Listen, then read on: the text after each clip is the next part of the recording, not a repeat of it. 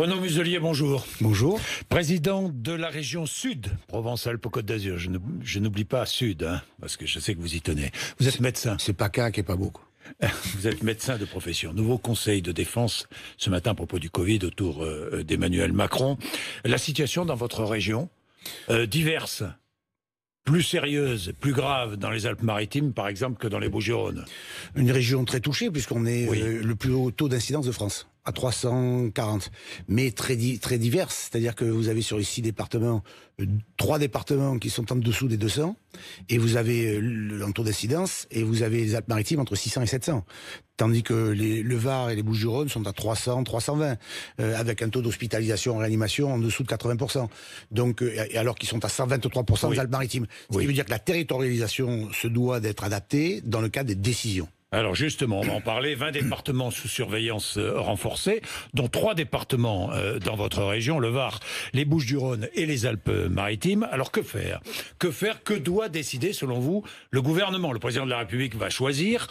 Il y a plusieurs options sur la table. Il y a un confinement, par exemple, le week-end, dans les Bouches-du-Rhône, à Marseille. Vous le refusez ou pas ? Je ne suis pas favorable. En général, je suis pas favorable au confinement d'ailleurs. Donc, oui. Donc de toute Donc façon, vous dites non au confinement à Marseille le week-end. je dis non, compte tenu du fait que vous avez des critères qui sont pour moi toujours les mêmes et qui sont aujourd'hui très clairs. Taux d'incidence, au-dessus de 250, il y a danger, on est à 320. Au-dessus de 10% de taux de positivité, il y a danger, on est à 8, alors qu'on était à 19 en novembre. Et vous avez le dernier volet qui est le nombre de patients en réanimation, au-dessus de 80%, il y a danger, on est à 80%. Et nous avons en plus la cartographie régionale que j'ai mise en place sur les eaux usées, et nous sommes en jaune et en orange sur Marseille, nous sommes en jaune à Toulon, et nous sommes en rouge vif dans les Alpes-Maritimes. Donc c'est 3 traitements très différents, donc ça ne nécessite pas la fermeture le week-end. Alors comment faire ? On contraint les contrôles sur les endroits où il y a des regroupements. Aujourd'hui, on voit bien que, et ce week-end, on pensait à Marseille. On garde le couvre-feu à 18h ? Je ne suis pas très favorable au couvre-feu à 18h. Vous m'expliquez, parce que vous êtes contre le confinement le week-end, vous n'êtes pas favorable au couvre-feu à 18h. Alors quelle mesure ? Parce que j'ai appris dans l'expérience que, regardez, chez nous, on a fermé la région Provence-Alpes-Côte d'Azur, bar, hôtel, restaurant, café, la totalité depuis le mois d'octobre. Ça nous a pas empêché d'avoir la courbe de novembre, les stations de ski fermées tout cet hiver, le problème de janvier et la poussée de février. Donc l'efficacité est relative. On nous a fermé à 18h, les premiers en France, sur la totalité de la région, ça n'a pas changé grand-chose. Donc ce qui veut dire que, quand on regarde au niveau national, comme au niveau local, le couvre-feu est nécessaire à 20h, mais il n'y a aucune preuve que ça fonctionne bien, que ça améliore la lutte contre la circulation entre 20h et 18h. Ça, je le conteste. Entre le 20h et les 18h. En ce qui concerne les périmètres qui dépassent un certain nombre de critères. Dans les périmètres qui dépassent un certain nombre de critères, quand vous êtes au-dessus de 150-300, vous avez plus de 10% de positivité, vous avez plus de 80%, il faut fermer le week-end. Et aujourd'hui, ce n'est pas le cas dans un certain nombre de départements. Donc il faut fermer le week-end si on dépasse, ces 3 critères. Un certain seuil. Et si vous appuyez sur les eaux usées par-dessus, qui vous donnent 5 jours d'avance, vous savez exactement ce qui va se passer dans 5 jours. Vous allez fermer, je sais pas moi, la métropole de Marseille, par exemple, et pas le reste du département. Mais comment faire ? Interdire aux habitants de bouger avec quoi ? Avec des autorisations de déplacement ? Non, vous devez faire des zones zéro Covid. C'est très difficile. Bien sûr que c'est très difficile. On le voit dans les Alpes-Maritimes. Ça a été très bien respecté le week-end dernier, mais c'est particulièrement éprouvant. Et je pense que si on ferme en plus le week-end, il faut libérer la tranche d'heure 18h, 20h. Voilà. Je pense que celle-là, il faut la libérer de façon à donner un peu de respiration quand même. Et ce qu'il faut, c'est bien entendu interdire les regroupements, mettre en place des dispositifs et faire un endiguement sanitaire. Cet endiguement sanitaire sur un périmètre défini, comme ils le font en Italie d'ailleurs. En Italie, ils font comme ça, par périmètre. Ils ouvrent leurs bars, leurs restaurants en terrasse jusqu'à 18h quand même. Ce que nous ne faisons pas, nos voisins. Et avec la même difficulté de crise sanitaire. Donc nous devons avoir une différenciation territorialisée, un endiguement sanitaire et bâti sur des critères et des règles qui sont toujours les mêmes. Taux d'incidence, taux de positivité et bien sûr taux de patients en réanimation. Le virus ne sera pas vaincu en 2021. C'est ce que dit l'OMS, l'Organisation mondiale de la santé. Va-t-on finir un jour ? Vous êtes médecin avec ce virus, franchement. C'est comme toutes les maladies, il faut apprendre à vivre avec. Oui. Comme toutes les maladies, il faut apprendre à vivre avec. Parce qu'avec les variants qui font que le virus mute, Ben, c'est comme... On n'en finira jamais. On en finira parce qu'on prend toujours le dessus sur la maladie. Parce qu'on progresse sur le plan de la prévention. Ouais. Avec vitamine C, vitamine D. On progresse sur le plan du dépistage. On progresse sur le plan médical, ce qu'on oublie régulièrement, mais on a beaucoup progressé sur le plan médical. Et la vaccination vient en soutien derrière. Et la vaccination, n'oubliez pas quand même qu'aussi au passage de la vaccination, comme ça mute, je dirais, il est tout à fait possible que le coronavirus, l'année prochaine, il soit différent. Et donc il faudra se revacciner. Des vaccins actuels. Voilà. Mais on aura pris l'habitude aussi de vacciner et de fabriquer les doses. Justement, on va parler de la vaccination. L'école à l'extérieur, c'est ce que propose la maire de Paris dès les premiers beaux jours. Vous en pensez quoi? Franchement. Bon, elle a dit beaucoup de choses, Madame Hidalgo. Il fallait les confiner tout de suite. Maintenant, c'est insupportable. Maintenant, il faut aller faire ça dans les parcs. C'est pas bien sérieux. Moi, ce que je sais au niveau, c'est que, par exemple, dans mes responsabilités en tant que président de région, aucun lycée n'a été fermé, sauf une semaine, depuis le début de la crise. Donc dès que nous on a ouvert nos lycées, on a mis en place les dispositifs de distanciation, on a respecté les protocoles sanitaires, on a pris du personnel supplémentaire pour sortir tous les cas contacts sur la totalité de mes lycées. J'ai pas eu un lycée fermé, sauf une semaine, pendant la totalité des périodes. Et donc on a fait aussi des tests salivaires que je demande depuis la Videra, depuis très longtemps, pour faciliter la tâche. Et sur les 25 000 tests que nous avons fait à la rentrée scolaire de janvier, là, on a eu que 9 cas positifs. Donc il faut pas pénaliser toutes ces populations, ça a trop d'enjeux. Et donc là-dessus, je suis comme M. Blanquer, il faut rester ouvert, il faut maintenir la pression pour rester ouvert. Et je veux que mes lycées restent ouverts. Alors les tests salivaires, justement, vous dites pourquoi pas des tests salivaires pour aller au restaurant, par exemple. Mais les tests salivaires, je vous donne un exemple.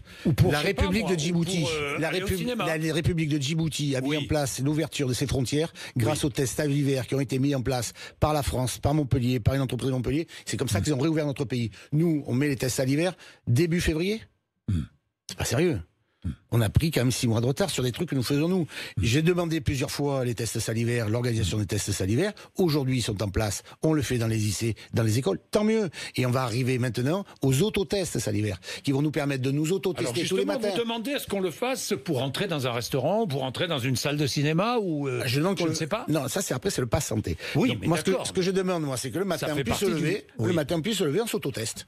Et vous savez, dans la journée, ça, on n'a pas l'autorisation. Bon. Donc, mais on l'aura, ça viendra. Donc je pousse de façon à ce qu'on y arrive. Aujourd'hui, on a un autre problème qui est, notamment dans la région Provence-Alpes-Côte d'Azur, mais c'est dans toute la France en entier. Nous avons les vacances qui arrivent, nous avons les examens qui arrivent pour les jeunes, nous avons les festivals qui arrivent pour la vie à l'extérieur qui arrive, où ça va être très très difficile. Donc il faut démultiplier la vaccination. Et là, la quantité de doses qui vont arriver vont faire en sorte que les 17 millions de personnes à risque de plus de 65 ans ou les comorbidités pourront être vaccinées entre mars et avril, parce qu'il y a 5 millions de doses avec un démarrage raté, logistique ratée, bon, n'en parlons plus. En mars-avril, il y a 31 millions de doses qui arrivent. Donc si on fait l'addition de ça avec une capacité de vaccination, ça nous fait nos 17 millions de personnes. Il faut maintenant aller cibler aussi toute cette jeunesse. Et donc il y a Faites une proposition, parce que, faisons le point. Il y a quoi comme vaccin? Il y a aujourd'hui Pfizer. Bon, très bien, on le connaît, il est efficace. Il y a Moderna, on en a moins, on connaît, il est efficace. Il y a AstraZeneca, on connaît. Je vais revenir avec AstraZeneca et notamment le personnel soignant. Mais il y a un nouveau vaccin qui va arriver, qui est Johnson & Johnson. Autorisation déjà donnée aux États-Unis, qui va être donnée en Europe. Et il faudrait d'ailleurs qu'on accélère en France pour donner cette autorisation. Qu'est-ce que vous voulez faire avec ce vaccin, Johnson & Johnson? Il arrive en avril. Donc on a un choix historique. On va faire le printemps de la jeunesse. Vous avez dans les doses commandées qui vont arriver, vous avez exactement 2,7 millions de doses qui arrivent. 2,7 millions de doses, c'est exactement le nombre d'étudiants de 18-24 ans. Vous avez 5,4 millions de personnes. C'est 2,7 millions des apprentis, des universitaires, etc. Et ben cette dose-là, facile, puisque c'est une dose avec un frigo 2 à 8 degrés. On se retrouve dans une situation où on vaccine toute la tranche d'âge 18-24 ans. Donc vous dites il faut vacciner la tranche d'âge 18-24 ans avec le vaccin Johnson. Exactement. On le cible pour cette population. On le cible pour cette population. Puisqu'on aura traité les 17 millions de personnes de plus de 65 ans. Et comme ça, on les met à l'abri des difficultés, et on redonne de l'espoir à ces jeunes qui sont complètement perdus quand même, parce que ceux-là, on n'en parle jamais. Et là, on traite quand même, et à partir du moment où, fin juin, d'après les chiffres du ministère de la Santé, nous aurons à peu près 43 millions de vaccins qui seront arrivés fin juin, ça nous permettra d'avoir sur la totalité d'un dispositif 41 millions de personnes vaccinées. Fin juin, et à ce moment-là, on met en place le pass sanitaire. Aux États-Unis, donc tous les adultes seront vaccinés fin mai. C'est ce que dit le président Biden. Et les Britanniques sont allés plus vite. Oui, ils sont allés plus vite. Mais c'est pas parce qu'on a pris du retard, qu'on s'est trompé sur tout, que maintenant, il faut toujours regarder derrière. Donc maintenant, on a une capacité d'accélération, on a une capacité de vaccination, et il faut faire les bonnes cibles. Et je pense que le seul message qu'on peut envoyer aujourd'hui à la jeunesse, parce qu'il n'y en a jamais, c'est de dire, une fois qu'on a traité ceux qui sont en danger sanitaire, qui sont des personnes âgées, on traite aussi les jeunes, que l'on accuse toujours de tous les maux, et on les vaccine dès le mois d'avril, ce qui nous permettra de passer des examens tranquilles, de sortir cet été, de mettre en place le passeport sanitaire, et d'avoir l'année scolaire qui commence à l'université normalement ou à la faculté. Le vaccin AstraZeneca, on a des doses en réserve. D'ailleurs, certains pharmaciens protestent, ou des médecins protestent en se disant, mais ces doses, pourquoi ne pas les utiliser? AstraZeneca, beaucoup de soignants n'en veulent pas. Est-ce qu'il faut rendre la vaccination obligatoire pour le personnel soignant? Moi, je ne suis pas favorable. Je ne suis pas pour l'obligation. Mais pourquoi? Il y a bien des vaccinations obligatoires pour les soignants. Ça existe. Non, oui. Si. Non, quand vous allez en Afrique, sinon sur le même. Vous avez les vaccins. C'est pas vrai. Il y a des vaccinations obligatoires pour le personnel soignant. Non, vous avez les vaccins obligatoires, d'été, polio, etc., pour toute la population. Donc dans les tranches d'âge. Mais après, non. Hein. Non. Vous avez les vaccinations obligatoires, c'est d'été polio pour lutter contre... Vous me dites que le personnel soignant n'a pas de vaccination obligatoire? Non, parce que moi je suis personnel soignant, on m'a jamais imposé quoi que ce soit. Hein. Alors faut-il le rendre obligatoire? Moi j'aimerais bien, je pense qu'ils prennent conscience que c'est bon pour eux. Mais c'est pas grave. Regardez, non mais c'est pas grave. Regardez, on nous expliquait que la population française ne veut pas se faire vacciner. Moi j'ai dit, mais commencez à vacciner ceux qui le veulent. Commencez par cela. Et si vous mettez après en place un dispositif qui vous fait le pass sanitaire pour aller dans les spectacles, pour aller dans les cinémas, si tout le monde a accès, hein, ce qui va être le cas en avril-mai, mi-mai en tout cas. Et donc si c'est le cas, d'après ce qu'on nous dit, dans le cadre des doses qui nous sont livrées par le ministère de la Santé, vaccinez tous ceux qui le veulent. Et vous verrez qu'à ce moment-là, ça va entraîner. Et vous pourrez ouvrir vos bars et vos restaurants. Et ce que je propose... Le pass sanitaire, c'est la solution. Mais bien entendu, ça oui par contre. L'Europe y travaille d'ailleurs. Des décisions seront annoncées le 17 mars. Oui, mais ils peuvent y travailler, mais nous on peut arriver à faire des... Donc vous êtes favorable à un pass sanitaire? Mais moi je suis pas favorable... On montre, je sais pas moi, un certificat de vaccination. On montre un test PCR pour entrer dans un restaurant, dans une salle de spectacle, ou même dans un stade. Et vous faites des lieux zéro Covid, on ne rentre dedans que ceux qui sont négatifs. C'est l'expérimentation que j'ai proposée avec la présidente du département à Marseille, et avec l'union des Elle est acceptée ou pas? Elle va être acceptée. Ben non, on nous accepte jamais rien, nous. C'est toujours non, nous. Toutes les expérimentations, c'est non. On veut faire pour les théâtres, on veut faire pour les musées, on veut faire pour les restaurants, on vous propose des expérimentations sous le contrôle, bien entendu, de l'ARS, dans le cadre d'un cadre sanitaire très fixe, très cadré, très sérieux, très réel, de façon à ce qu'il ne soit pas contestable. Et on ne veut même pas nous le faire, l'expérimentation. Et c'est ça qui est dommage. Et j'ai demandé même, aller en Espagne, aller en Italie, regardez comment ils font. Et pourquoi ils ont ouvert leurs bars, leurs restaurants, leurs terrasses? Pourquoi? Et ils ont les mêmes problèmes sanitaires que nous. Pourquoi ils ont fait ça? Peut-être qu'ils ont fait une erreur, peut-être qu'ils ont bien fait. Et bien là, l'Europe, elle doit servir. Et on doit pouvoir se comparer et se mesurer. Et que je veux, moi, c'est mon débat, si on nous ferme par territoire, on doit pouvoir nous ouvrir par territoire. Et c'est ça la différence. Et parallèlement à ça, je reviens sur une dernière proposition. Dans le cadre des difficultés que nous rencontrons sur les différents départements qui sont des départements rouges, vous avez un taux d'incidence à 400, ben vous envoyez les Canadaires. Il y a le feu, vous envoyez le Canadair. C'est là où vous faites une vaccination. Non, vous envoyez une vaccination majeure. Et donc vous décalez sur les endroits où vous avez des taux d'incidence très forts avec des drames sanitaires. Et ben là, vous avez le feu, vous faites vaccination en grand nombre. Bien, parlons de Nicolas Sarkozy, un ancien président de la République qui attaque la France devant la Cour européenne des droits de l'homme. C'est ce qu'il dit. J'irai jusqu'au bout, dit-il dans le Figaro ce matin. Est-ce digne? Est-ce que ça vous gêne? Pas du tout. Franchement, pas du tout. Il a le droit, il a... c'est le droit. Oui. C'est le droit. Il conteste, à mon avis légitimement, mais il conteste. Et je transmets toute mon amitié, ma solidarité et mon affection. Non, mais c'est bon à rappeler. Maintenant, on est dans un système démocratique, avec des lois. Dans les lois, il peut faire appel, donc présomption d'innocence, il fait appel, et après, il peut aller en une forme de cassation à la Cour européenne des droits de l'homme, et ben il ira à la Cour. Et puis si la France est condamnée là-bas, ça sera dommage que la France soit condamnée par la Cour européenne des droits de l'homme, par un ancien président de la République. Je lisais l'éditorial d'El País, grand journal espagnol, qui dit à propos de cette affaire, qui dit c'est un signe de vigueur de la séparation des pouvoirs dans la démocratie française. Vous êtes d'accord ou pas? Non, dans cette affaire, ce qui me gêne le plus, moi, c'est que avant, on estimait que les grands ou les puissants étaient au-dessus des lois. Oui. Aujourd'hui, vous êtes grand ou puissant, vous êtes toujours condamné. Bon. Donc les magistrats font de la politique?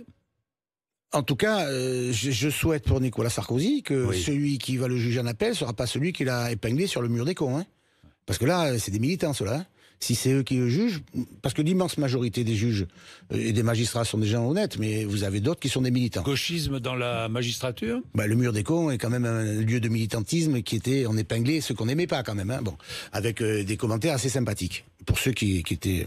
Mais ce qui me gêne le plus, c'est que, regardez, les policiers, ils ont leur méthodologie de contrôle. Les avocats, les médecins, on a tous nos ordres qui font en sorte qu'il y a un règlement qui fait en sorte qu'on est condamné si on fait des bêtises ou fait des erreurs. Jamais dans la magistrature. Finalement, ils sont complètement indépendants. Ils dépendent de qui? Ils s'autorégulent entre eux. C'est-à-dire que dès qu'il y en a un qui a fait une erreur, il est muté ailleurs, voire promu. Même quand vous passez par la médiateur de la République, dans le cadre des fonctionnements de notre République, sur un jugement qui est condamné, condamnable ou quoi que ce soit, et qu'il a été prouvé qu'il y a eu une erreur dans le jugement, vous n'avez jamais de sanction, jamais. Et ça, je pense que c'est quand même quelque chose qui ne va pas. Voilà, je pense que c'est pas. Même si une partie de la magistrature dépend du pouvoir politique dans les nominations. Hein. Oui, mais ils sont complètement indépendants. Hein, bon, parce qu'il est nommé, une fois qu'ils sont nommés, je ne vous connais plus. Hein, bon, donc, Marine Le Pen dit ce n'est pas aux juges de décider qui sera candidat à l'élection présidentielle. Est-ce qu'elle a raison de dire cela? C'est pas au juge, c'est pas au juge. Si le juge, il juge en son âme et conscience et en fonction dans le droit, si ça nous est arrivé. Elle dit cela à propos de l'affaire de Nicolas Sarkozy. De toute façon, il n'était pas candidat. Donc il n'était pas candidat, donc elle déplace le débat, comme d'habitude. Donc elle déplace le débat. Sarkozy souhaite être candidat, doit-il l'être? Mais pour l'instant, il a toujours dit qu'il voulait pas l'être. Donc Marine Le Pen dit oui. Mais oui, enfin, Marine Le Pen, elle parle pour Nicolas Sarkozy. Nicolas Sarkozy, il est dans une autre démarche. Il dit, je suis innocent, il y a une cabale qui est organisée contre moi, j'étais chef de l'opposition, j'étais écouté pendant plus de 7 mois, il y a des heures d'antenne de trucs qui sont illégaux, je les conteste, il est condamné, il fait appel. Voilà, ça, c'est ce qui se passe en ce moment. Après, on le peut transformer sur le plan politique, et Madame Le Pen peut dire, oui, mais si, laissez tranquille, Nicolas Sarkozy, tranquille. Jusqu'à preuve du contraire, il n'est pas candidat. Il l'a répété dans le Figaro. Il l'a répété dans le Figaro. Par contre, il va se battre comme un diable, et ça, je le connais bien. Il soutiendra le candidat des Républicains à la présidentielle? S'il y a un candidat. Pour l'instant, on n'en a pas. Donc, comme ça, au moins, il rappelle son affection. Il rappelle son affection à sa famille politique, tant mieux. C'est bien une chose. C'est bien la moindre des choses. Mais enfin, si on peut éviter ce qui s'est passé aux Européennes, ça sera très bien. Hein. Donc on a fini à 8. À 8, on choisit. S'il y a risque de finir à 8, on choisit Emmanuel Macron. On verra ce qui se passe d'ici là. On a jusqu'à la fin de l'année pour décider ce qu'on va faire. Voilà. Bon. Et donc d'ici là, il va s'en passer. Regardez, vous allez me parler sûrement des élections régionales. Oui, j'allais y venir tranquillement. Donc si on met les choses dans l'ordre, on parle tout le temps des élections régionales. Mais moi, je me permets de vous rappeler un petit calendrier quand même. On devait voter en mars. La loi a décalé sur juin, avec une clause de revoyure fin mars. La clause de revoyure, que nous ne voulions pas pour assurer l'élection, fait en sorte que, qu'est-ce qu'ils vont dire fin mars?